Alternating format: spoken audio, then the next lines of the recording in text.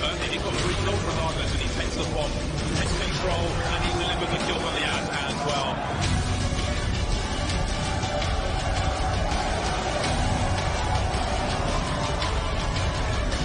Does finish off and break through the scope by Stewie and another one. Goes for the fight, straight up all range and gets knocked. One step from the major trophy.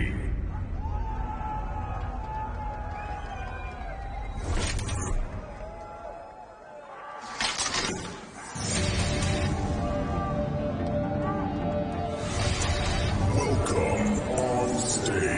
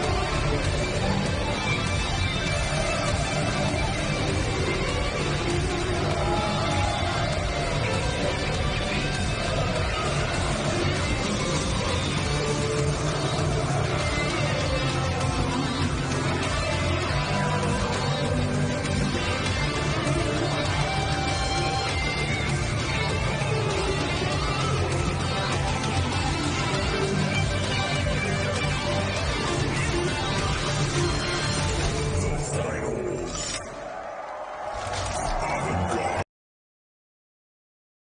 Versus Astralis.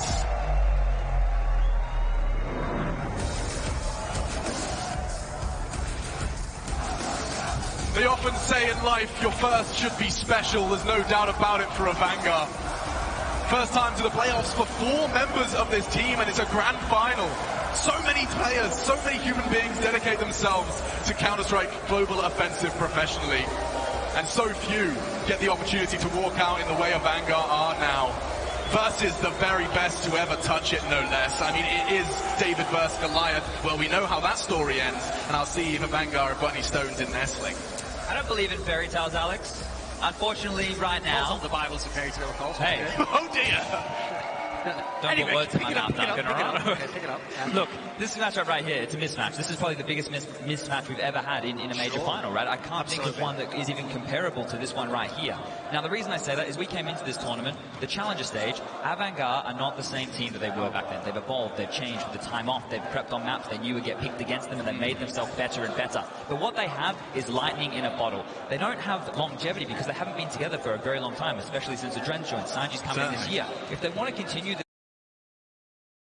this form, that's that's fantastic. I love what I saw from them about a year ago when they first popped onto the scene. They were quirky, changes on the, you know, the normal defaults, the meta, making it shifts in a different direction. But this is such a tough task for me to see a team like Avangar take down Astralis, the best Counter-Strike team ever. Defending champions Astralis. Yes. I mean, you have to reiterate that they are looking to do this back-to-back to back. Yeah, they would be the first team to win 3 majors in a row. This is obviously a massive accomplishment for Astralis. And Avangar, they have to be the biggest underdogs in major history, in my opinion. The only one that comes to mind maybe is Fnatic beating NIP in the very first major, right? No one saw that coming. This is a major, though, that Avangar could win. They're riding such a ridiculous amount of momentum, and what I've seen from them as they have evolved throughout the tournament is remarkable. They've added so many things to their game and so many unique plays that I think there's certain ways they can catch Astralis off guard here. The problem is, you can theory craft all you like in a vacuum, in a server, with just the players and the nameplates off, but this is a major final. Like, look at the Astralis players, they were laughing, they can't wait to get this final underway. Look like he just realised where he actually is. This isn't like a dream. He's not pinching himself. This is a real major final, mate. So I think one of the things that's gotten Astralis to this point, I still don't even know if they're the best team, but I tell you what, when they played against Team Liquid and played against NRG, they were able to use experience to their advantage. They were literally able to sometimes just play what looked like passive play because it makes the other opponent. He's the guy who's trying to make the play and make things happen because it's his first time, and that's where you can punish someone. So for me, you're not just playing against Astralis, you're playing against the moment, and they are way comfortable in that moment in comparison to you. Oh, speaking of, I guess I am the 2% in this one. That's what the guy's tweeting must mean. That's from the pick'ems. So people online, there was 2% of people who genuinely thought that old boys from Avangar could get through Not this a lot of diamond coins in this world if they win this one. I'll give you an interesting stat. I saw that actually Pimp, who obviously, listen, we miss you, wish you were here, was said on Twitter, which is that if you actually looked at where the ratings were for Device and Jim, they were heavily on the CT side that they were having their performances. On the T side, the stats are actually very average for a pro player. So that is going to play a massive role here because what we saw Jim do on the T side against Gratisfaction is what he must do in this game. Yes. Let me say this about Jim. He actually holds the record for the least deaths per round in all of Counter-Strike history. It's 0.56. That's the exact rating he's had at this tournament. He's playing his same game, and surprisingly, he has the second highest entry rating in this entire event. That is such a brutal recipe. He is an absolute beast. 4th actually all time in entry duel percentage. I mean, how is that even possible, actually, when you think about it? Within style, that is amazing to contrast the two. That's also why people are really pushing it too far with the whole Jesus meme, because Jesus willingly died once. Jim's still saving it. He's never going to let that happen. He stands vigilant, and we will see more of them, hopefully, in the server. Maybe less Bible rating. It's been a bit physical today. That consistency that we've seen from Jamie, if you take a look at his event stats as well, you'll see it's just green all day. Doesn't matter, sure, some tier 2 events. Well, this is the grand final of a major, and the rating's the same. He has got an embodiment of consistency. And you can see Kickit saying, let's have some fun. I want to focus on the mental state, actually, for a moment, because you started to talk about the edge clearly in Astralis' court here. Chad, why don't you start us off? Because every game of Counter-Strike you stepped into, I imagine you were painted as the underdog, certainly on the major circuit.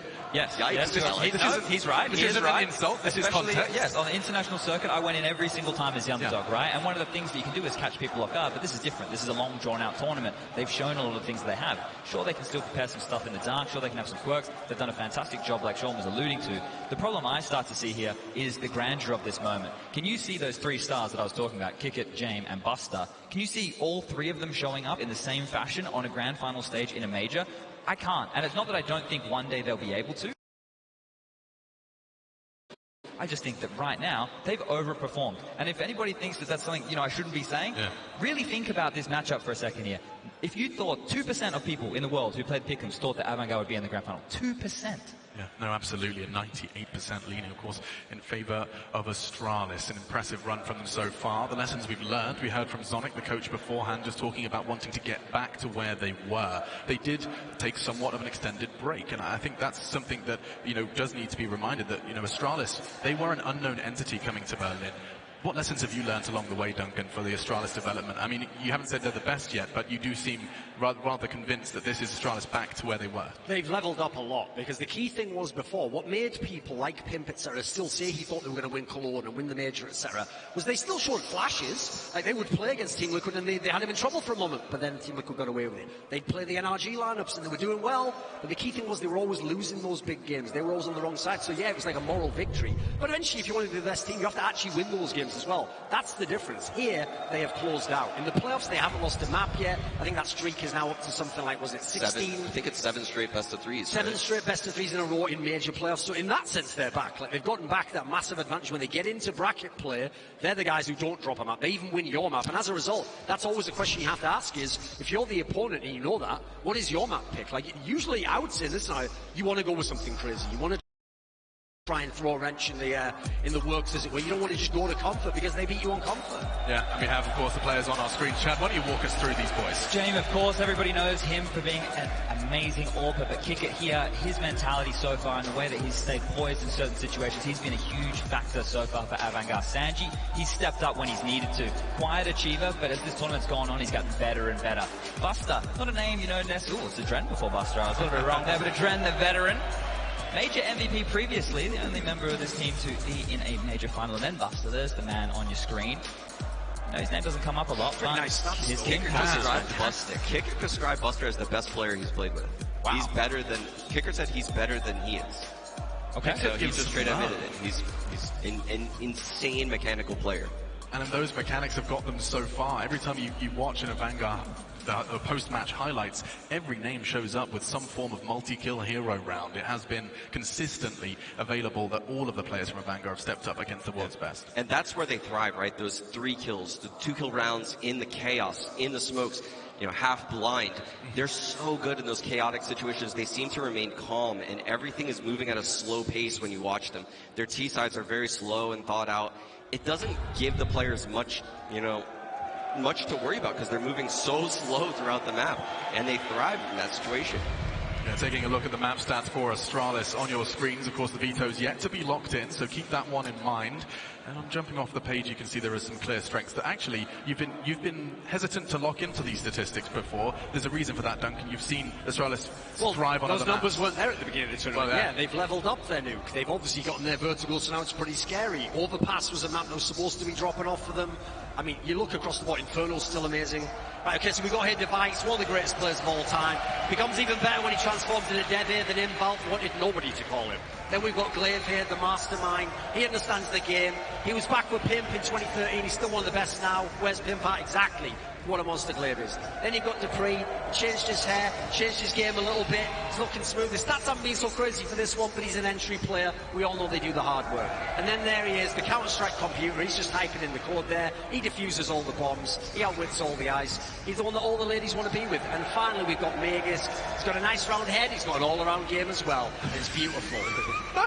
I'm telling you now, that was a spanner. I just threw a complete curveball your way, and you are running with it. But yes, we do see Astralis. Magisk Boy, of course, was somewhat of the catalyst into starting their run, but so long now a staple of that roster. And actually, a staple of their roster did something I've never seen before yesterday. Device, with his filthy start to the NRG game. There is power in the ranks of Astralis. Can we please have a graffiti on that wall? Because that is absolutely... Listen, if Olafmeister diffusing a bomb in a Molotov and just not die until the bomb diffuses, I'm pretty sure Device deserves a graffiti for that. Come on. For those that weren't watching, it was 3 frags in 3 bullets with 3 HP. All fighting him at the same time. That is a commentator's wet dream, right? And that would have been a game changer if he loses that round as well. If NRG starts that pistol at that T-half with the first round, we might have seen 3 maps, who knows? We sat at the analyst desk and Sean says, yeah, you know, I think the turning point of that game was Device's clutch. And I took a moment, and I'm sitting there like, that was round 1! He's right though. I've never seen anything like it. Yeah, to get a round like that against a young team like Energy, that had to take them right off the gate. That was welcome to the major, boys. I think something to note here as well, we are talking a lot about Device. Previous major MVP in the running for a second, and it is his birthday. We've already stated that here today. It's hard to see these guys being stopped. Magus is what we've got him on the screen. Absolutely. He's been a major MVP as well. So we have 3 major MVPs in the server today, which is quite the number. And actually, I took a look at Petter's tweet. He's just got all the numbers on his screen from HLTV, and he told me that, or he said that James is also the front runner. Should he continue this performance? Should they really complete this fairy tale ending? We could see James taking that MVP title, and I mean, he certainly has put in a performance justified of that. I don't think that's unreasonable. I mean, he is so integral to how they play. He seems to actually have a lot of impact in deciding what they do in the games. And for all the criticism, he has not let them down at any phase of this tournament so far. Like, you're supposed to have a bad game every now and then when you haven't been at the top. But what interests me about James is he was taking battles against the other team's Opper a lot in the matches that we watched him play, and he was very, very successful in those duels. I don't think Device offers those duels up as much as some of the other Oppers. He's very passive. He takes his shots against riflers who don't really have a chance to fight back. When you're watching him on his A game, it does just feel like it looks so easy. People just walk in. He's holding the line, and it's the right line, and he's safe, and someone dies. That seems to be the Device way of doing things. And the way you guys tend to do things is talking about the veto. Now, for those newer to Counter-Strike, 7 maps in the pool. Newest edition is Vertigo, which Astralis threw somewhat of a spanner in the works of their opponent's Team Liquid. This one may as be 5, right? We may as well not even talk about the 7 here, because we're not going to be seeing any nuke. That one's not going to come on out, and I assume Astralis will probably just get rid of Mirage like they have been doing for the rest of the tournament. So now it leans towards the picks, and this is where it's up in the air, because since Astralis have shown a very strong form on Overpass, I thought maybe after we saw Avangar beat Liquid on it, it could be a map to crop up. But now Astralis are looking really hot on that map. It might air them away to something like a Dust 2. Out of the 5 remaining maps, both teams have won on their runs on all of them, besides Avangar winning on Train. I haven't seen it. That was the only map they lost to, and that was Energy on Train. Which I have to say, listen, it's one of the maps they traditionally liked. After seeing how Astralis has played it, people have been able to be competitive with them on Train. They've shown some holes when they've been over on both sides, depending on what the game is. So if you want a surprise pick that they don't expect, I don't mind that as the pick for Avangar. I would think Avangar is going to go towards Dust 2, right? We've seen Astralis, exude some weakness, I guess. They've shown a little bit of weakness on that. Okay. There's the Mirage ban coming out of Astralis. And I'm sure we're going to see the... If Astralis really want to punish the Vanguard guys, though, you just say, here's Vertigo. Enjoy, let's play. God, but imagine the story that could unfold there if a Vanguard have done their homework. We've seen them play against Renegades, and they were quite good. They won that game. Yeah, look, I'm going to take that game with a grain of salt in the sense of the way they got across the line was, I think, a lot of Renegades' mistakes, and it looked to me like the old meta was coming out. Now, just to note with Inferno, this is a map that Avangar have been happy to pick. It's a map that they're more than happy to play. So that first one, I think the smile on the face will kick it. Done him a favor there. Yeah. And I think Dust too. I think Astralis is the best team in the world on Inferno, and I think they have been for a long, long time. Overpass Decider then, logically, you'd figure, there we go, and then, like, do you really want to play Train in this scenario? I think personally, if you're going to pick Inferno, it implies you were going to comfort yourself. So why not get Overpass to the 3rd? You can play all 3 in theory. Yeah, Vanguard, no complaints to get out of Veto, Vertigo. Bye-bye Train, it was the Danes to choose. And so are 3. It starts Inferno, Dust 2, and Overpass. Fun fact about Astralis, they picked 3 different maps so far in this champion stage. That is a spicy one. On the stage, every pick is different. Overpass, we've seen him pick Vertigo, and now Inferno for the grand final. Take a look at the stats as well. You were saying, Chad, this is not a strange territory for Avangar. No, but some of their victories, right, if you look at that G2 one, G2 were pathetic at holding the B bomb site. All that happened was Avangar got banana control, maybe they had 3 players left alive, and they were still able to execute like 3-on-4, 3-on-5, and then have a lot of success on that bomb site. The Vitality one is a lot more telling, right? Because we saw the Vitality form, and it wasn't even great, right? It was Zywoo showed up for that map, and only that map, really. So this here is one where I know that Astralis can punish them with the utility. They can get the early picks. They're very, innovative in the way that they move around this map. And they were the ones who first showed us how powerful the utility can be in Banana. This is the only map that didn't betray Astralis, even when they went into the down period and wasn't so good. So this is a real good chance to start this final 1-0. Look, I'm going to say this. Astralis is probably going to start on their T side, right? Glaive is always the one fighting for banana control. But what you really should look out for is Avangar's bomb site stacks. Their CT sides are very, very difficult to read. Randomly, they'll have 4 people at the B bomb site or 4 people at the A bomb site. Yeah, no, absolutely. And people talk about the major and they talk about the prestige. Stun has done a fantastic job of setting the scene there. But I think there is no better, let's think, counsel to talk about Counter-Strike, its impact, and what the major means than the players themselves. So sit back, relax, and let's reflect on what Counter-Strike means to the human beings that have dedicated their lives to it. That's the tournament, you know, that's the king of all tournaments, you know, that's the crown. It's just the biggest event. Everyone knows it and everyone wants to get in there. The best achievement you can get in Counter-Strike. I think everyone on the team is playing for the title. Winning that is the best thing that you can win. So it's not about the money, it's not about the rankings when it comes to the major. It's only about winning it. You have no excuses for not going far at the major. Everyone really wants to win this tournament. I think everyone's being like, hey, we want to be major champions. Очень горд представлять Казахстан на международной арене, потому что вся страна смотрит на эту индустрию новыми глазами. Титул чемпионов мейджора значит гораздо больше, чем те деньги, которые ты можешь выиграть. The money's not all it is, and I think it's just like it's all the best teams in the world come together. Players are labeled with majors. It is the most prestigious one you can get. The reason why we play a major is to write history. Winner of the major 2019. It is great. It is a good thing, and you're going to be remembered now during the books. Everyone remembers who won which majors. Just winning a major would be like the most special moment for my career, I think, personally, and everyone's unwinnable. A few people that can actually do it, you know, and getting that title is the biggest thing that you can achieve in CSGO for now.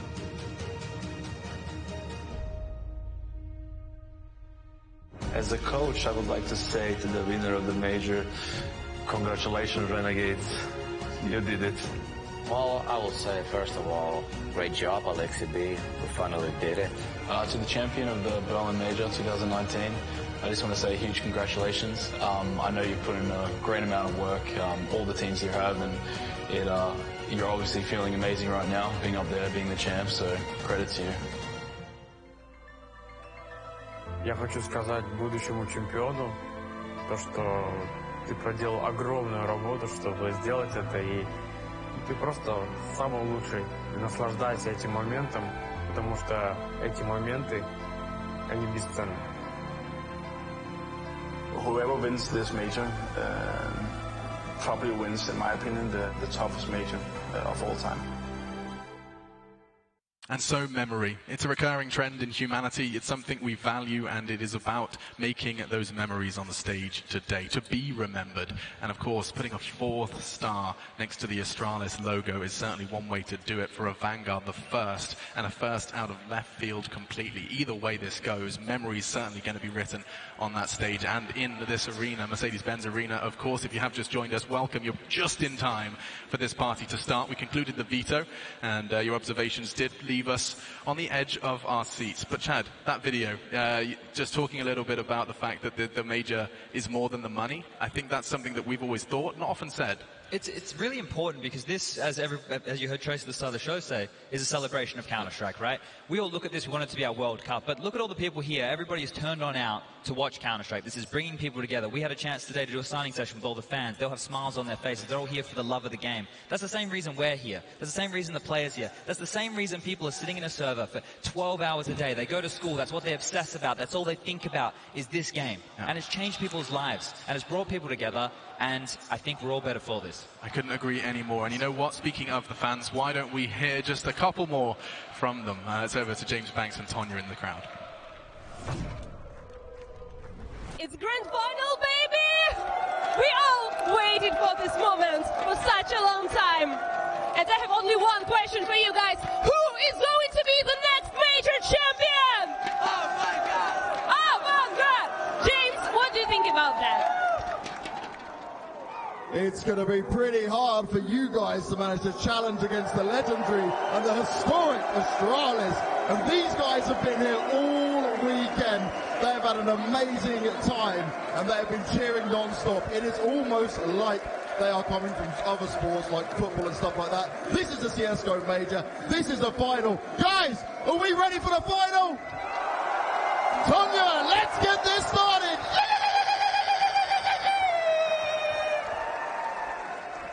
I have one dedicated fan up here. I know that you have something to say to all the arena. My friends, it is not shame time. It is not hatred time. It's Avangar time. Let's go! Avangar! Avangar!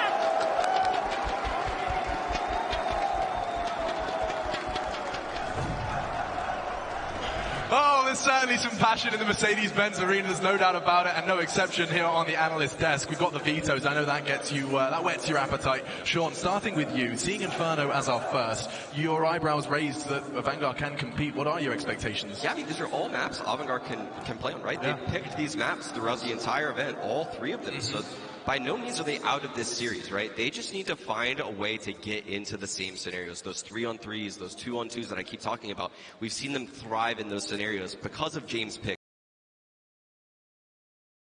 because of Buster's aggressions.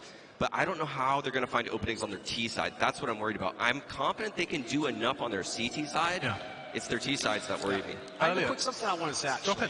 People are going to think, right, when Chad said, for example, they're not going to win, there's no chance it's 2-0, people are going to think, like, come on, why don't you set it up, why don't you make it seem it's even? Because the whole point is, if Avangar do win this final, I want people to know they had no chance. These are the maps that Astralis is going to beat them on. They're not supposed to be here, they weren't supposed to win any of the matches. It will be the most epic upset of all time, so let's set the stage for that. Yeah. And in this match, to kind of what Sean said there, the guy who can win his equivalent position is Kicker, because the Pre's numbers you saw, they were pretty pedestrian actually. He had some good games in the playoffs, he played well against Team Liquid, but if he underperforms here, you've seen his device on the CT side has been what's been carrying Astralis.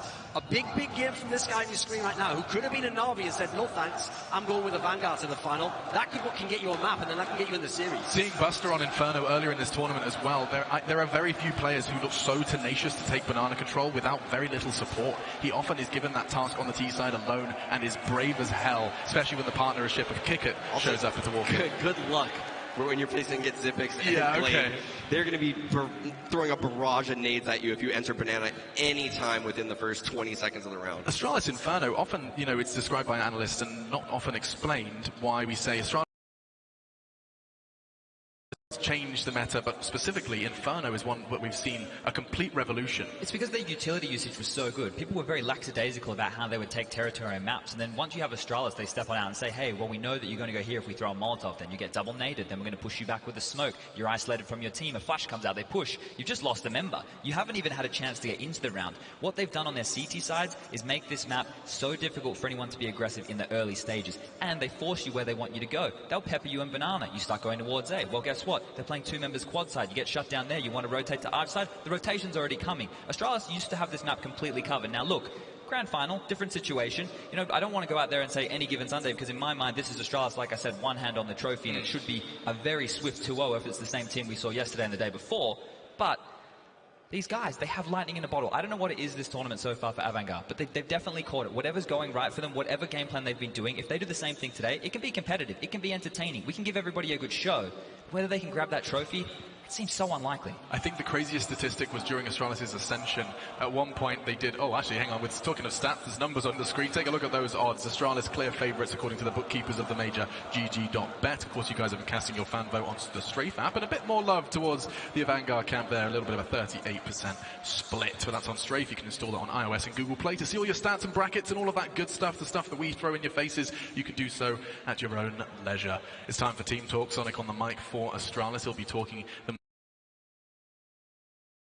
through their game plan, and there's often a game plan coming into games like this. The little bit of the expectation for the first opening 4 or 5 rounds, it's something that I find very interesting. I even think like Zonic's main job in this final is just keep people calm and keep them on point, keep forgetting that it's a major final. Because listen, while yes, if I had to pick a team to play if I'm Astralis, I'd definitely pick Avangar out of the field here to play in a major final. Never been there before.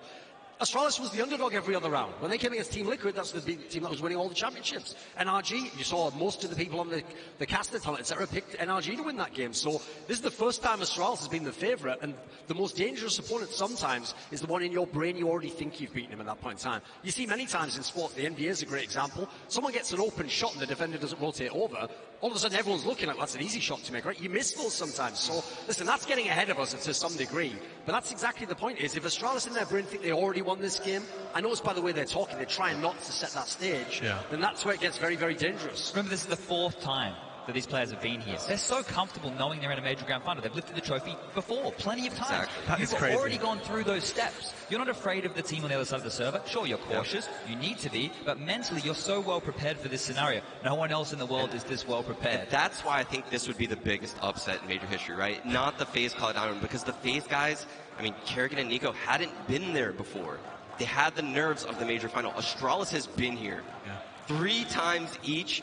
I mean, 4 times for most of them. Yeah. I mean, they understand the pressure of this situation. And you know, we saw in that video we just ran of the various players talking about what the major means to them, and it means, you know, being remembered in the game you've dedicated yourself to. Well, Astralis, they don't have the burden of this is my chance to be remembered, to be the major champion. That's done.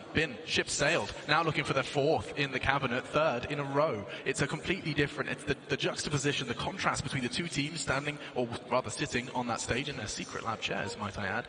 It is going to be an interesting one, just seeing this contrast play out in front of us. Inferno, the first map. What are your expectations, Duncan? I think this is a very, very good one for the Astralis guys. I think it's one of the maps. The reason why this was up there with Nuke for like their home map is everyone's position makes sense on the CT side. That's the dream if you play in any top team. You don't have that one player where it's like, we might have to cheat over on him a little bit, or, okay, maybe if it goes badly, we'll swap positions later. Like, they all know exactly where they're playing, it's perfect. One of the good things with that is they don't really see the need to grab a double AWP on their CT side as well, because it just rotates the device around so efficiently. But, you know, something that I just want to touch on here, if Jane wants to save the AWP, right, if they're getting in struggle situations, he wants to save the AWP, I think that Astralis are not going to let him. They're going to be so thorough. They're going to chase him down. They're going to hunt him. They're going to make his life so difficult. That would be my goal. That would be my target. Make him squirm. Astralis is the type of team that would probably look at demos and figure where Gene likes saving and nade those spots. I can believe it. I can believe it. That's the nerd level that they'll go to. Yeah, and I didn't ever finish my story about the stats on Inferno. It was a whole tournament concluded with Astralis finishing with an average of 50 utility damage per round. A player limping at 50 HP at the end of a tournament on that map. That is just an absurd average, and something that Avangar are going to be playing up against. James going to try and keep hold of his AWP, and I'm going to try and keep hold of my excitement, because I've been told the game is on its way. Berlin, I love what you're doing. You look beautiful today, but I want to hear you scream. I want to hear you scream so loud. Put your heart on your sleeves as you witness Counter-Strike history. Let's get the grand final started. It's Astralis, it's Avangar, it's Inferno. Let's get it on with Anders and Moses. Yes, indeed. Welcome, ladies and gentlemen. Astralis versus Avangar. We're going to get this grand final underway. Inferno was the first map. Astralis is going to be starting on the T side, and also Avangar on the CT side. And the best of 3 game coming up, Moses. Now the game is live! Astralis sending 3 players into Banana, and there's 3 defenders here as well. Buster far back in support of Astralis. A typical boost to look for aggression, nothing coming quite yet. A stalemate early on. Neither of these teams want to make that first mistake in these grand finals. Just ready and waiting. Kicker to Dren. Trying to find their timing. Pop flash over. Kicker's going to get the first action. This is easy. It's got nothing. Avangar has nothing, and Astralis is cracked open towards this B-bomb site. We talked a lot about that Astralis utility use already on the desk being mentioned, and you know, it's true with HEs and a bunch of different things, but that one flashbang absolutely cracking open top Banana, and now that bomb's going to be going down. 5 versus 3. Pretty much an impossible retake here. I have no idea how you could even dream of doing this. Sanji rushing through with a flashbang. He's going to turn around, getting a headshot. He gets one more kill before he's finally down. A godlike play from Sanji. And now it's a 2-on-2. They line up the device, and he's not going to take anything coming from that side. A quick double, and Astralis will win it, but for a second, it looked like they were about to do the impossible. Right when Sanji pulls it back into it, Device is there to just shut it right back down. That double kill is heartbreaking, because Avangar all of a sudden had to have felt like they had a real chance. This is so brilliant, especially for a young player on this kind of stage to get this level of a start. But if you're Avangar, that's what you don't want. You had the setup. You had 3 players at B. You wanted to fight for that control. That's the exact fight you were looking for, and you still can't win it. 1-0 for the Danes. And a full investment from defense. Upgraded pistols, 3 CZs, and there's that utility damage. Device down to 22. It is returned on the other side, though. Buster and Kicker are going to take some chip damage themselves. Device is going to be giving up on that Krieg at any point. Could give it to Glaive or any of the others. They all have head armor, of course. Kind of a must-buy thing now that you know that they could be picking up, you know, SMGs or anything like that. And Astralis is fine being patient right now. They want the utility to be used early on by the CT side. You can see 3 smokes remaining with just over a minute.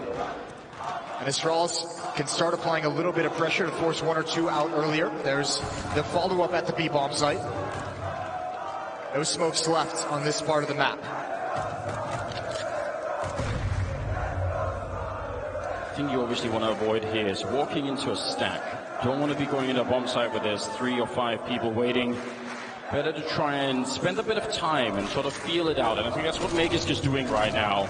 Just getting a sense of, is anyone here? What's going on? That, and you can see one flashbang used. That's information. That's something they don't have to worry about later on. So Magisk just firing up, just making the footsteps, has forced one extra piece of defense out. There's the follow-up. And Kiko chooses the wrong time. It's just Buster. P250, but Astralis still not committed. 18 seconds left, and with just the sole defender now gone, the rest of Avangar has to save.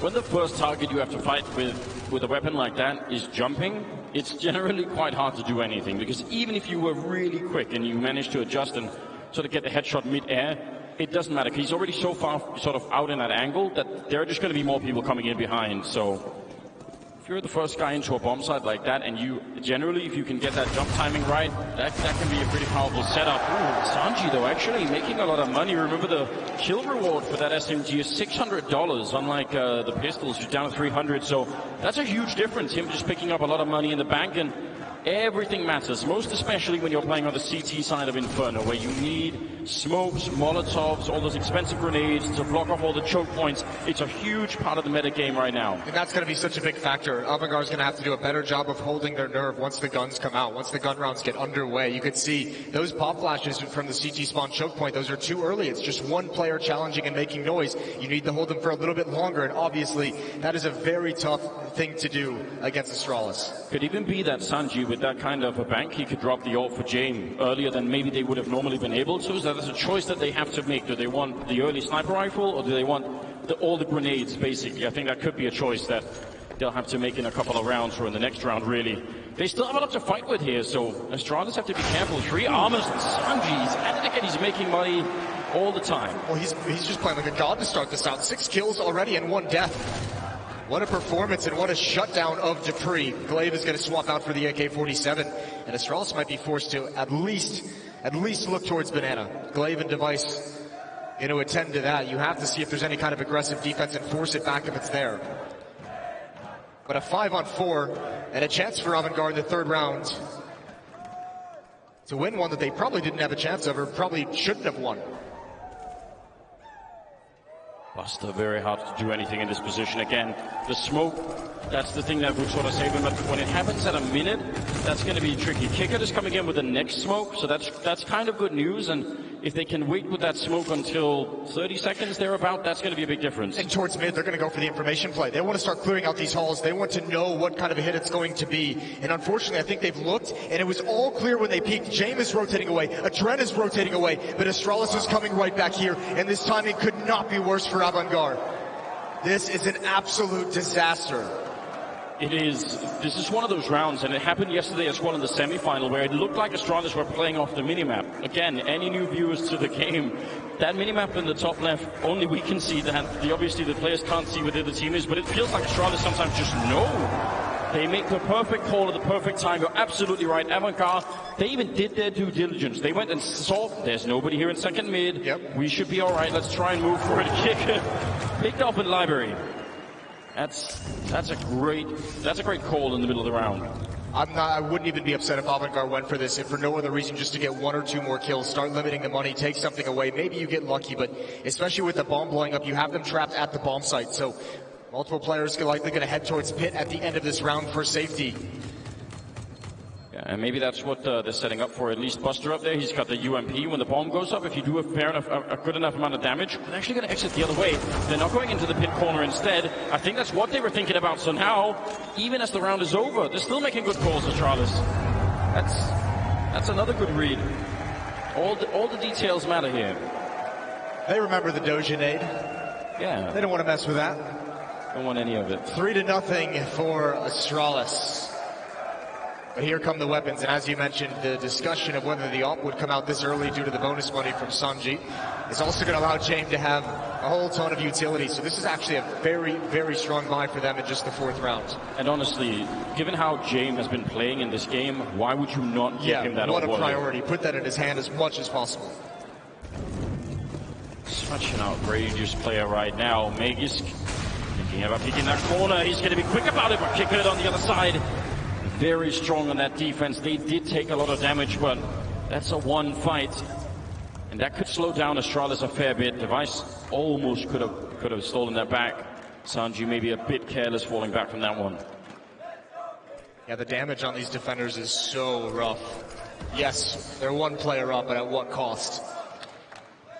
1 HE grenade, that's on Glaive. We'll see where he places that. Sanji's got to be careful towards this choke point if he leans in to try and take a peek.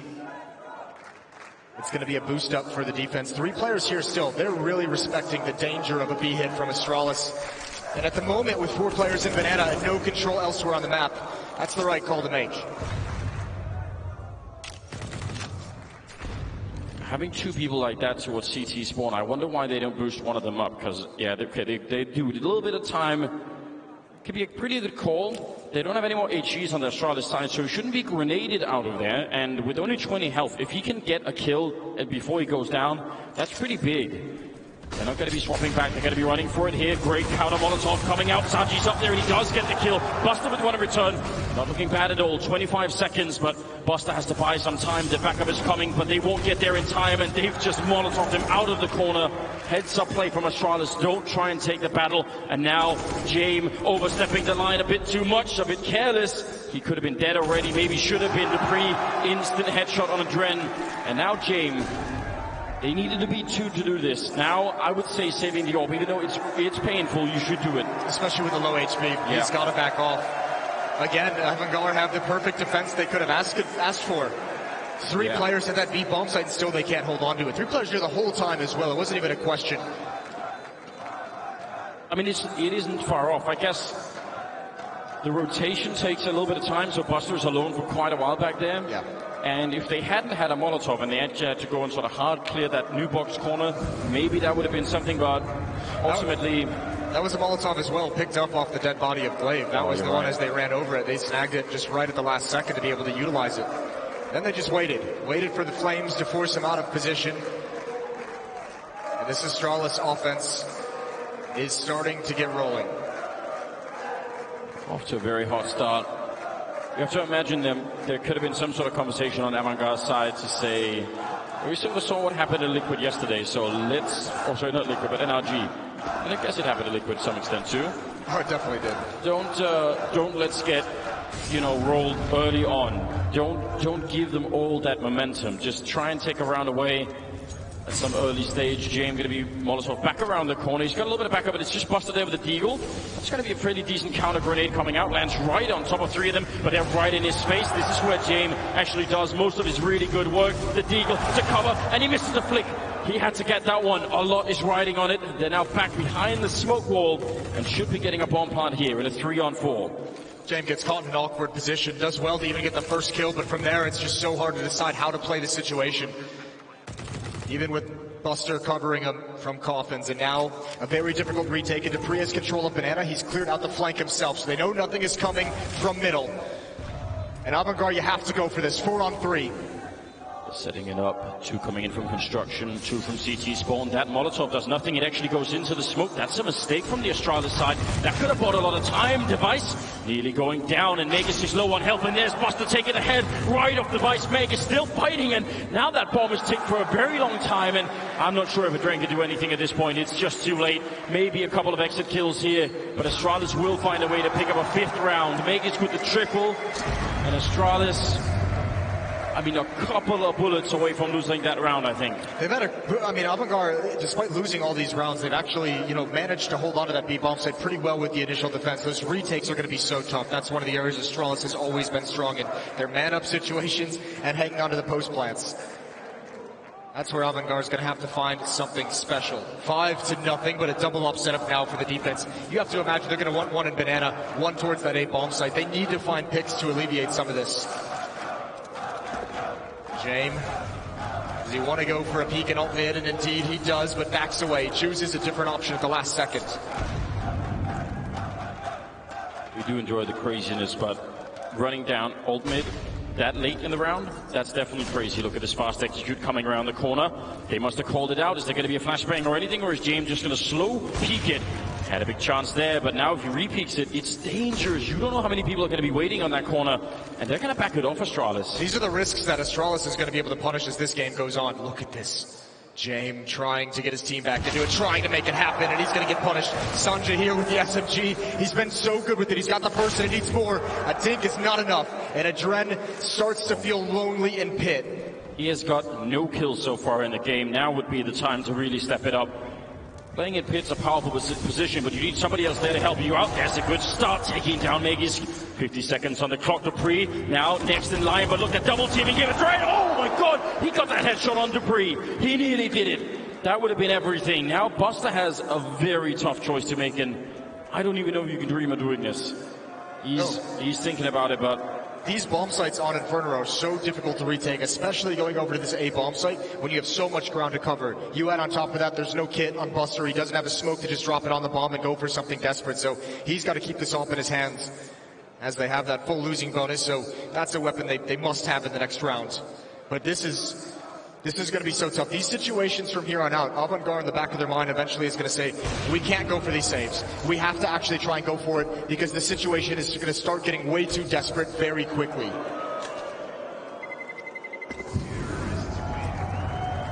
They save the orb once again. And obviously the round loss bonus is kicked all the way up. 6-0 in favor of Astralis very early on, and they haven't been easy rounds. Some of these, they've had to fight to get onto the bomb sites, and some of the times they've been very low on health. But ultimately, they're getting the rounds, and 6 rounds early on T side Inferno is pretty good. Oh, it's phenomenal. This is disastrous for Avangar. We'll see if they can recover, but at the moment, you need everyone to step up. The guys who have kind of gotten you here, 2 of the most impactful players on the Avangar side of things, Kicker and James, 1 kill apiece. Adren has 2, the most experienced player on the team, a former major MVP himself. Just gets that double kill in the previous round, and that's it. Sanji, the one delivering at 9 and 5, but you need more than that. And like you said, even though there is resistance, and even though they are, like Astralis is having to battle to get into the bomb sites, eventually it cracks, and there's just no way. Well, the first 3 rounds that you lose where it's close, you can keep telling a story like, listen, it's so close, next time we'll do it. You know, the 4th or 5th time you tell that same story, it's like now it's no longer believable. Like that rings really hollow after a while. Like, but you know, they're still winning the rounds, aren't they? Let's see what can happen now. Round number 7, and setting up at the bottom of Banana, some grenades being exchanged, and Meg is, I thought he was safe from that first smoke, but apparently not. And now the grenades on top, and he's gone. That's a beautiful timing. I'm surprised he didn't just hop out as soon as he put the Molotov away. He took a lot of damage from the flames there. Good double nade. Avangar needed that start. They need this man-up situation. 3 players towards the A bomb site for the moment, but James is going to be mobile. He can either switch spots with someone to post up in AWP. Look how far back on the map Astralis is for the moment. They're expecting that Avangar is going to try and switch things up, try and get a little bit cheesy. Maybe you push an ult mid, maybe you push through halls. They're waiting for that kind of a play at the moment. This is dangerous because we could have almost a replay of the same scenario where if Sanji doesn't live, Adren is alone in pit again, and strong as a position that is, it isn't when they're coming in from every angle and they're wrapping around it, at least thinking about it. Device is now checking top banana, making sure no one's really there, but James is. He's going to be taking a fair bit of damage. This is such great map control for Astralis. Oh, kick it with the wide peak. That is a nice shot, and that's going to force Astralis' hands. Towards the A bomb site we go. Sanji in the corner. It's a Adren to hold on. Molotov coming in. He does have a smoke. He doesn't use it. He peeks first and he eats the nade. Nice combo. The 1-2 punch from Glaive, and it's just Sanji. He's been stellar. But how much can he do? There's the first kill, and trying to lure them into the bomb site, and he can't get anything else. 2 players alive for Astralis, and Buster needs to back away. His teammates are here. And another retake in store for Avangar, and it's one they must have. Yeah, there's no doubt about it. This is a must-win round. They're going to be boosting over. It's a good idea, but they sort of mess it up a little bit. And now that position gets re-smoked. This is very rough indeed. Are they going to try and wrap around the other way? A lot of time has already been burned off. That smoke is still up in the corner. Dupree now in a very powerful position over at Graveyard. He can control pretty much the whole bomb site from this zip on the bomb site itself, and it's ticking, and Kicker will get a kill. There's Dupree with one. Transfer on to Kicker, and now Buster off goes Dupree. Almost gets it, and Buster has no kit. They get all the kills, but they can't win the round. That's so heartbreaking. That one seems worse, and he dies to the bomb explosion. No AWP save, and Astralis just running up the score at this point. What a great performance, great positioning change for dupreeh. Not only does it help him get the double kill, but the fact that it buys so much time. Look at how he has to commit to hunting down dupreeh. Cannot, that extra second it takes, he can't get to the bomb in time.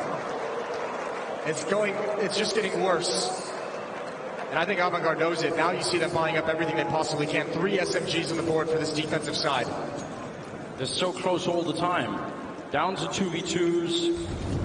Almost retaking those bomb sites, but not making it. As you said, that AWP gets lost towards the end. This is very rough, isn't it? I mean, look at the money on the Astralis side. They're 7-0, and none of them have over 2,250 on Magus. That in itself tells almost the entire story here. Well, that's a good opening. Yeah, but this is where it's going to get really, really sketchy for Avangar, because this is where you start to feel, especially as younger players, that you need to be the one to do something to get your team back in the game. This is where some of the teamwork kind of falls out of the back of your mind. You're not calling for flashbangs. You're not, setting up crossfires. You're trying to make some heroic effort to get your team sparked up, and that's when it can just collapse, because we know Astralis just does not make a whole lot of mistakes. And they will punish yours. And dupreeh is being ruthless. He wants to take everything out of the hands of Avangar. It's going to start with Sanji. It is spotting him earlier, so well aware. 8-0. I mean, if you combine this with how they got started against NRG yesterday, these are some of the most devastating early runs we've seen. And NRG were actually able to sort of, they were able to start to run it back a bit. They made it look competitive. It was just too late. And we need to see something similar out of Avangar, where they can actually start to convert some of these rounds, build really anything here in the first half. 8 rounds, what a beginning.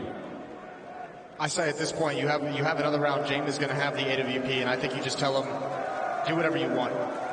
Like, if you want to push all mid, if you want to take a peek through window, try and get him started, try and get him fired up. Yeah. You have nothing to lose at this point. Your defenses haven't worked. You've had 3 players at the B-bomb site and still lost it. You've been able to make rotations today, haven't been able to retake. Get James involved with that AWP very early on.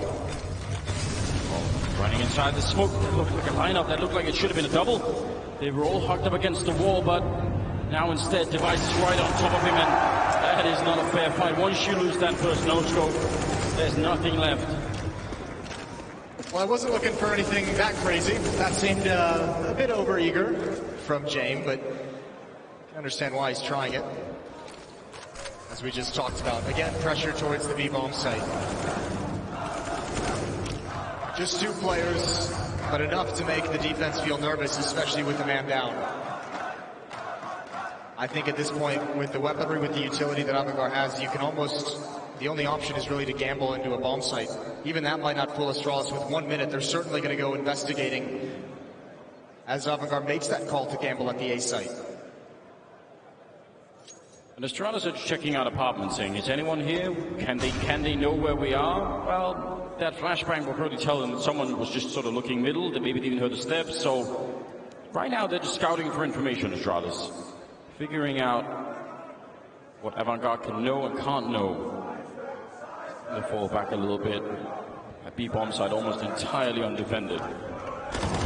Oh, they line up, but Trent gets the double. That is a good start. And here comes Astralis back to the A-bomb site. There was utility thrown towards B, and you can see they were trying to take advantage of the rotations, and Trent is shutting them all down. There's the play from the experienced member of the team. Trent steps up to the plate. Quad kill to get Avangar on the board for the first time in this grand finals. And a beautiful move, wasn't it? Like the counterintuitive move to move forward after you really get the first 2 kills. That's the part where they're just not expecting it, because the textbook move here is falling back right after you pick up that first double. You say, all right, I'm going to be falling back, we're defending the bomb side, but nope. Goes for it, doubles down, and that makes a big difference. Round number 10, the first one now on the board for Avangar.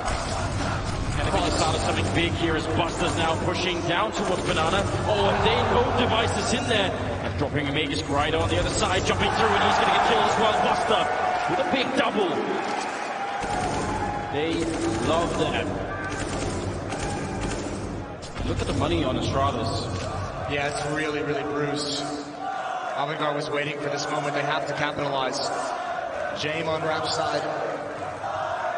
Gonna hold for any kind of mid-control, and Astralis wants to re-aggress towards Banana, retake this part of the map. Lave checking the corners, spearheading for his team. There's the pop flash. As the smoke clears, he's going to keep going forward, and I think Avangar knows what's coming. Sanji is rotating into the position. He's getting here very, very early. He's got one flashbang for his teammates. He can help from far, far back. They're going for the boost. Molotov to deny access to the site. They can't even put it out. They don't have any smokes left on Astralis, so that's a bit rough. Buster getting one more kill. Why not make it a triple? And finally he goes down. Sip, he was even pre-aiming that through the smoke. He expected the boost to come, but now there's only 30 seconds left. A 2 versus 4. And this is a round that really should not be losable for Avangar. Flashbang, the bomb is planted, sure, but Kickit is going to be there, and it's all on debris. He's just got no chance. Sanji will take him down. Avangar finding a second round. Thanks to Buster and some real heroic play over at that B-bomb side. And really great flashes as well from Avangar on that retake. Yeah, it's a 4-on-2, but just do everything to secure your own money, your own weaponry, and secure the round win. 2 in a row now, as Avangar trying to come to life. And as you mentioned, I mean, they kept it so close for so long. These 2 rounds, they've just broken the economy of Astralis. So back to pistols for the T side, a half investment. Some of these rounds, and you know, I don't want to dig up the past already ones, but some of these rounds yesterday were some of the rounds that NRG ended up losing, which is why we sort of, I mean, probably one of the most heartbreaking matches of all time yesterday. Just for that reason, that every time they just got the, you know, some sort of edge, and as James going down to Sip. There's no one in mid. There's no one in mid to cover that because they put 3 players at B. It's only a trend here. He's got to deliver and he can't. Just the 1 kill, and now Magic steps up, and he's going to go for more. He can actually cut off the rotations entirely. There's nobody on A. How can this be? It is exactly what happened yesterday. As soon as they have Astralis down, as soon as they're out of money, and it seems like you should be able to run something back, it all goes horribly wrong. I mean, you have to assume. I love that call from Astralis because in my head, I'm just assuming that Astralis, we know how well they prep and how well they're able to read different ways to counter their opponents. And they've talked about it in interviews through each stage of these playoffs. The way they did it to Liquid with the vertigo pick, the way they did it to NRG on overpass. Now here, they had to have spotted it, you know, throughout this stage that Avangar likes to play 3 players at the B-bomb site. They had to have seen it themselves. And they've been waiting for the right moment to hit up mid very, very quickly. And what better time than when you have Deagles, when you have deficient weaponry, catch them off guard. I mean, we mentioned it heartbreaking many times yesterday. We're getting a taste of it here now. 9-2 in favor of Astralis. Leaving Avangar, I mean, cutting the celebration short real early. Not even sure it got started much at all. James still having a really rough game, 1-6. Which might be why you've seen some of the awkward fight selections these past few rounds out of him trying to make up for it. That looked like he wanted to go in towards ult mid and just did not expect Zip to take that peek so early in the round, and obviously Dren the only defender to try and cover and try and close the gap in that defense. Timeout called by Astralis, even up 9-2. I like it. Talk about it, close out this half. And they mentioned in the past that one of the teams that actually started doing this a long time ago, where, you know, winning a round like that, the adrenaline gets a bit high, everybody's get a little bit fired up, you know, try and calm everything down a bit so that you're not just sort of tumbling into the next round and people make, you know, basic mistakes. Well, this is where also they know this is like where they can really apply even more pressure. You're up 9-2, and if you win this, they know it shatters, you know, the money from the Avangar from the defensive side. So if you get that at this stage in the half, you pretty much have the, you know, the red carpet's out not only to open the show, but to get you to 13-2 lead. Kickit walking into the shot. Device absolutely ready for it. James, we do need to see many, many more connections from his point of view right here. He's been trying to go aggressive on pretty much all fronts. I don't know what it'll take, but some of these shots have to be kills soon. They have so much faith in Adren at the A-bomb site. 3 players again towards B. It's aggression. Sanji peeks right into the Molotov. He was dedicated because of the flashbang from his teammates, but it's just the worst moment for it. James slowly going to creep out, as you said. Need more connections. He does connect. Glaive is down low. Flashbang forces him away. Glaive still holding strong in the corner. Now isolated by the smoke, and he's going to try and back off. Oh, Device returns the favor. What can you even do at that point in time? You get the leg shot, you want to hunt him down, you don't have any grenades to do anything. You want the USP, but you get flashed, and when you repeat, the guy from behind the smoke will outsnipe you. And now Glaive is checking the bomb site. And he's making a bit of noise. He's going to realize he's got no help left. He's saying, listen, he knows now. He'll take the sacrifice. He'll take the death. They can just run back. Yep. Free B bomb site. So Astralis have done it again. They find the right play. And it's going to be a free round. It's going to be a free 10th. Adren and Buster cannot even try for this. And actually, if you're Astralis, you're going to go on the hunt as well. You've got two players positioned outside of the A bomb site, so you know they haven't pushed forward to the offensive side of the map. And you can slowly approach their CT spawn and have them cornered. And you've got plenty of time to ruthlessly take these weapons away.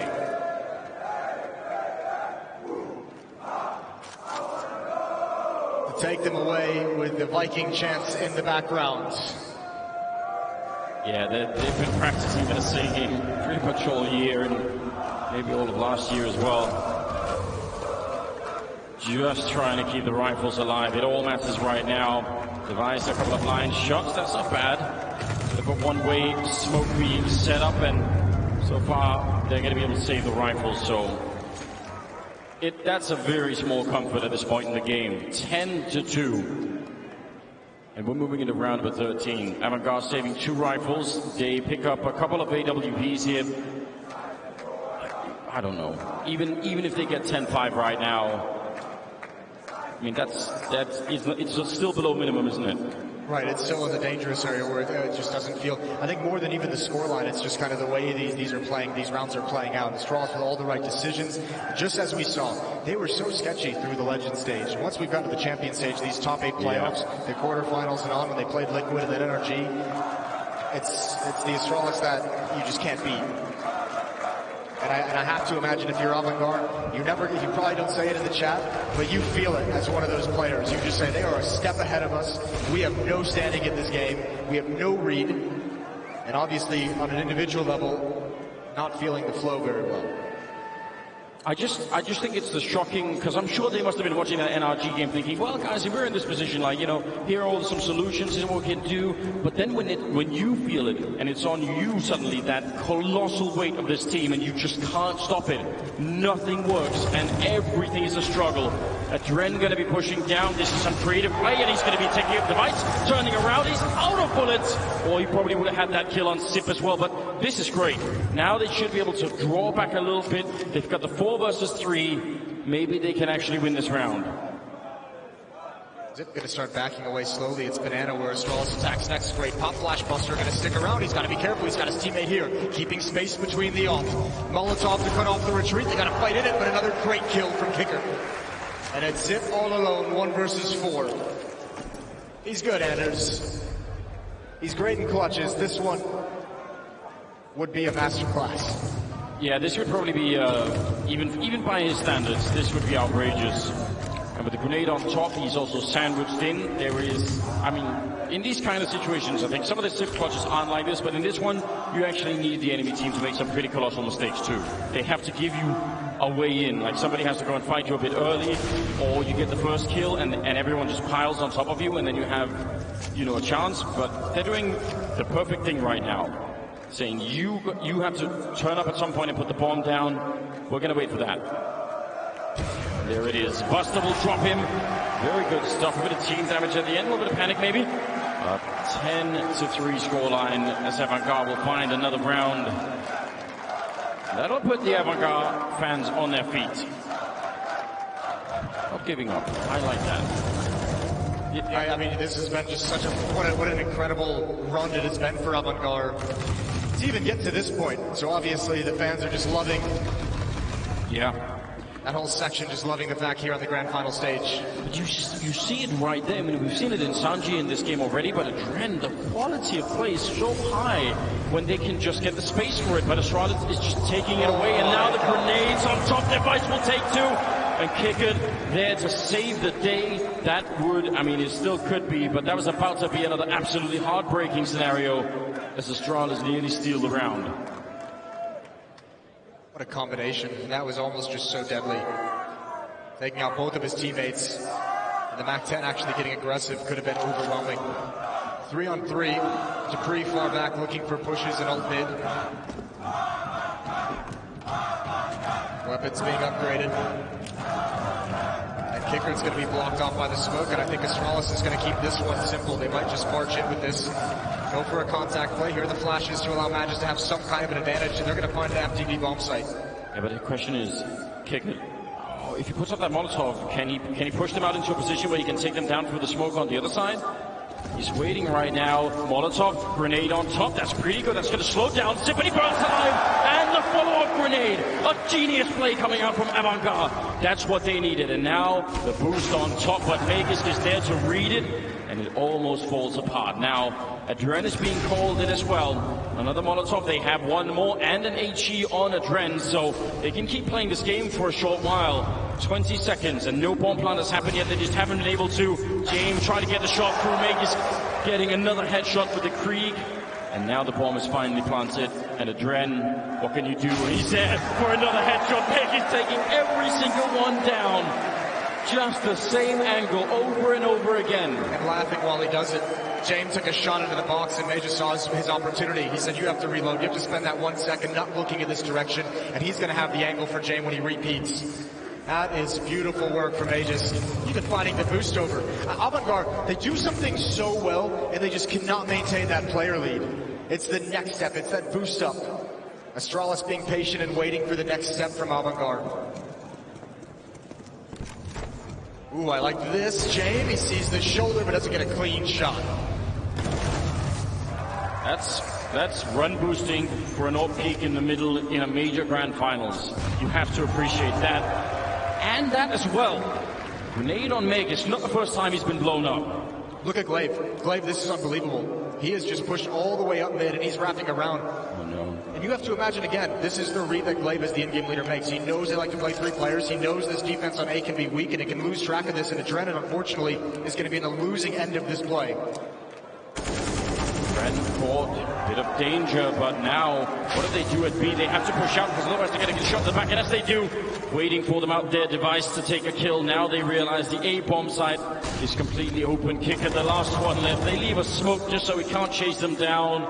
Everything is just so well timed and planned out for the Astralis team, including Dupree being dead. That's a 12-3 scoreline at the end of the first half here on Inferno. I just can't believe it. Oh, this is ruthless. This is what the devs talked about. Such a disparity. One of the best teams in the world performing at this level against the Cinderella story. Heading to a break for halftime, and when we return, we're going to switch sides and finish up map 1.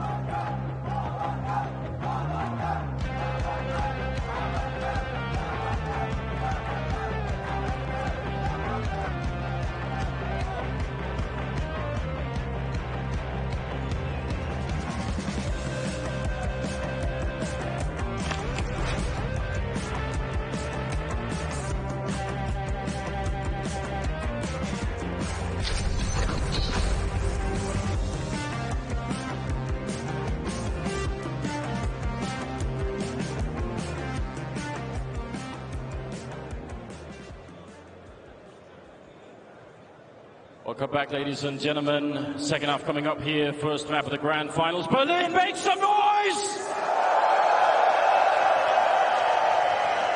This is going to be, well, an impossible task for Avangar.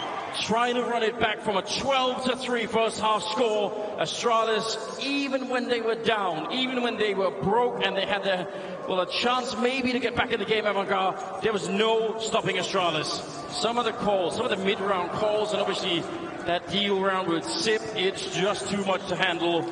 Winning the pistol has to be the first step, obviously, but even then, it will be very, very tricky indeed. Let's see what they've got. Double grenade into the corner, and Adren already down to 12. Lucky to be alive. Yeah, that's a crappy way to have to start this pistol round.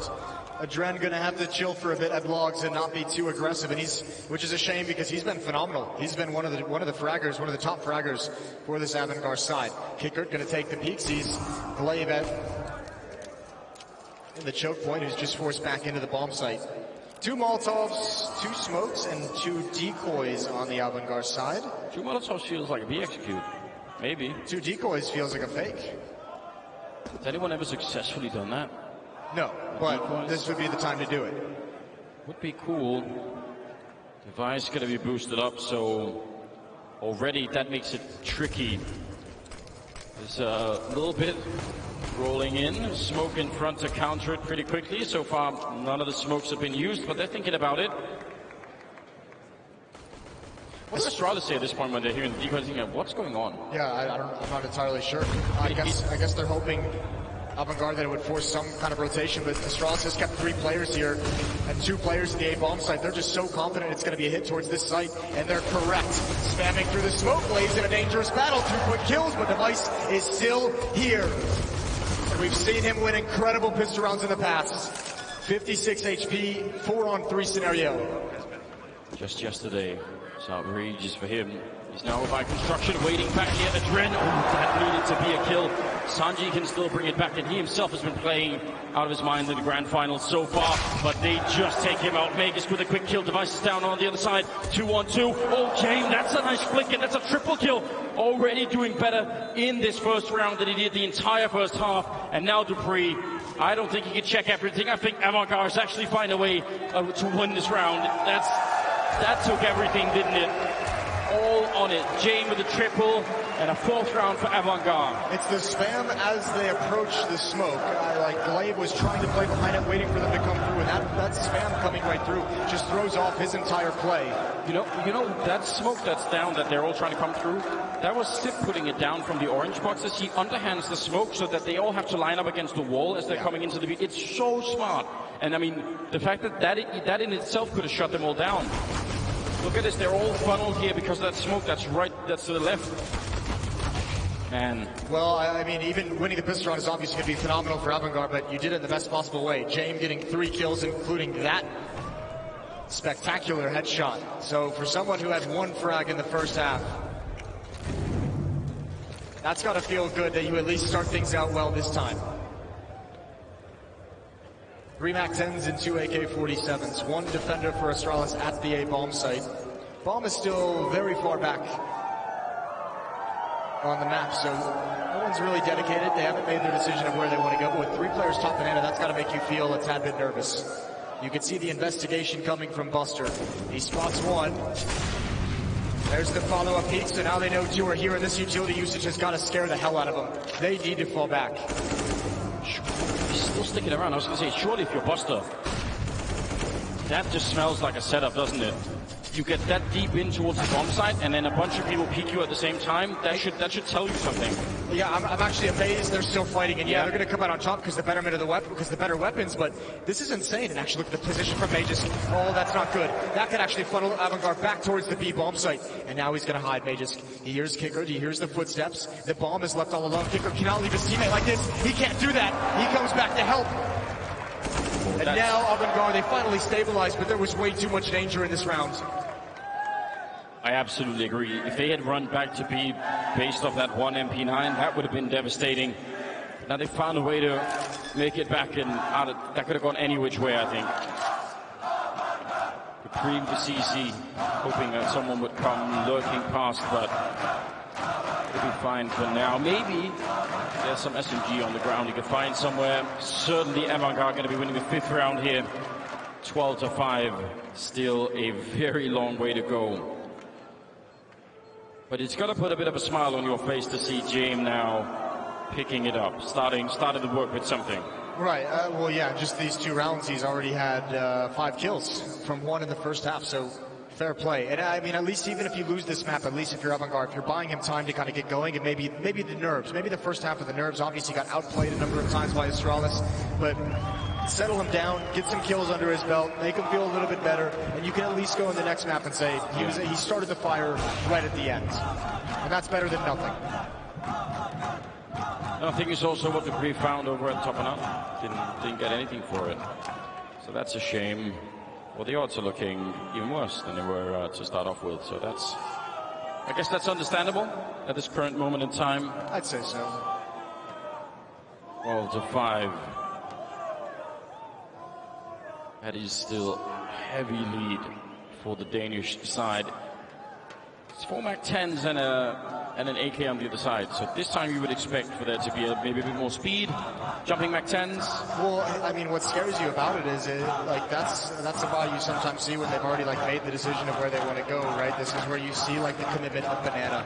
Yeah. And if they're going to be full-blown committed right out of spawn, they can run into a stack. We saw Astralis just do it in the previous round.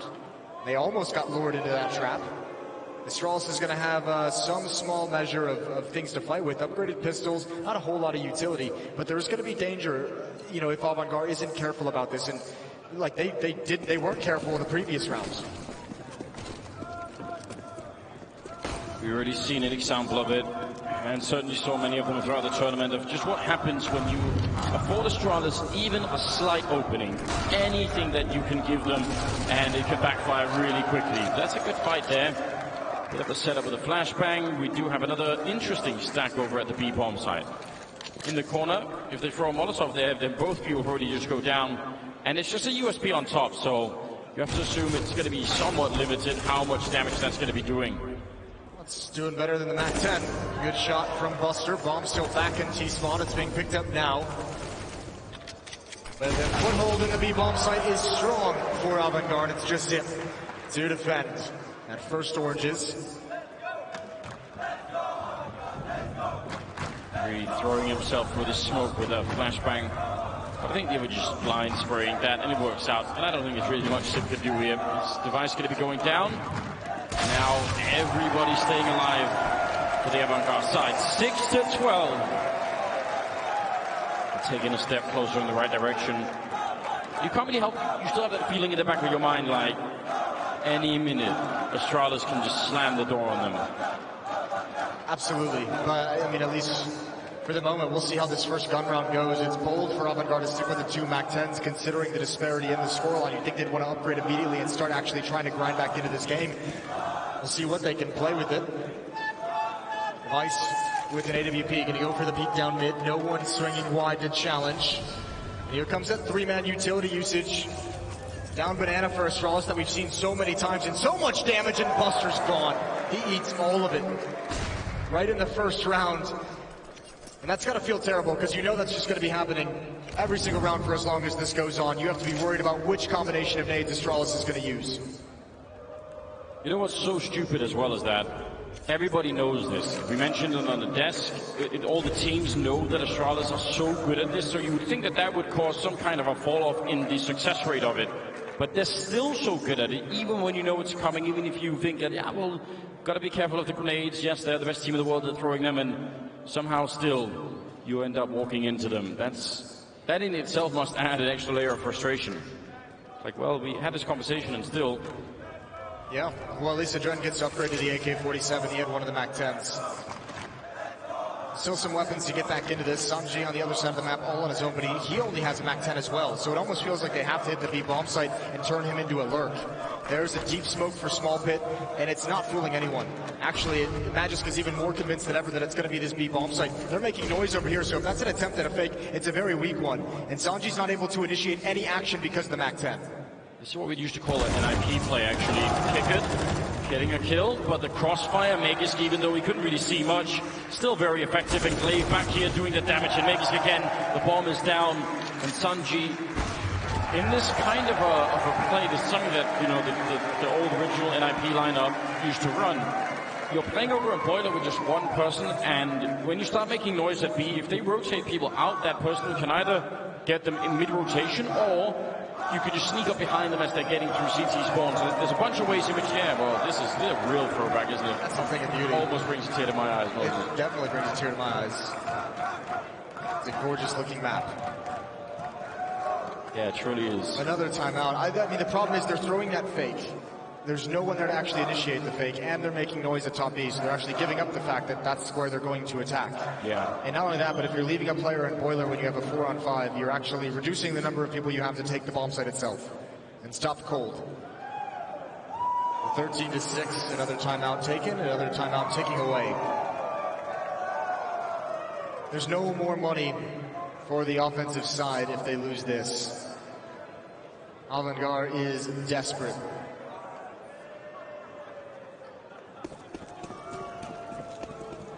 With the bank being empty, Avangar have to win this next round, or Astralis probably bounce from 13 to 15 with almost without skipping a beat, really. Pretty decent grenade to the bottom. It might not seem like a lot. Oh, that's great though. That's Device hitting a shot on kicker down to 8.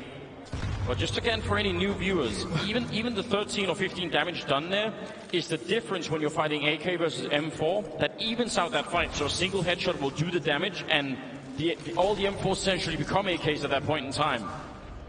Well, I mean, I just think it's fascinating how far back on the map that Avangar is starting out these T-sides. After getting blown up by the nades, they just don't want anything to do with it. They don't want to mess with it in any way. Now they've been tagged by the AWP, so James has to give over the op.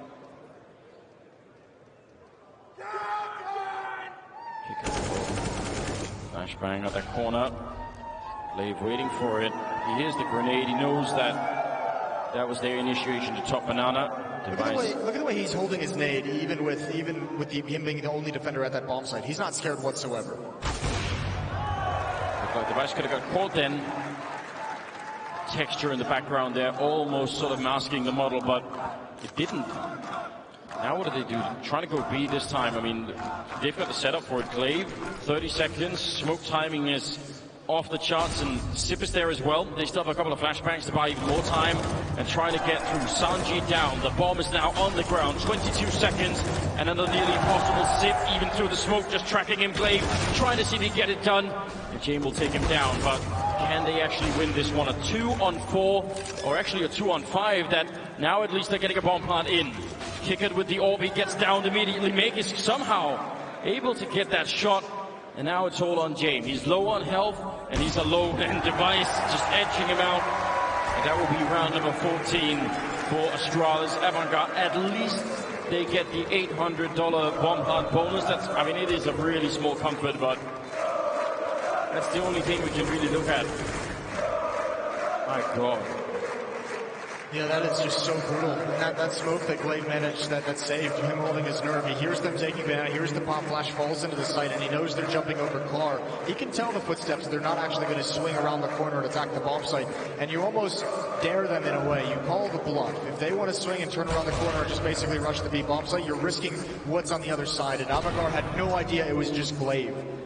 He holds that smoke until it really messes with the timing of that hit. They have to come through it. Something that Avangar wasn't able to do, hold those nades deep into the rounds in the first half.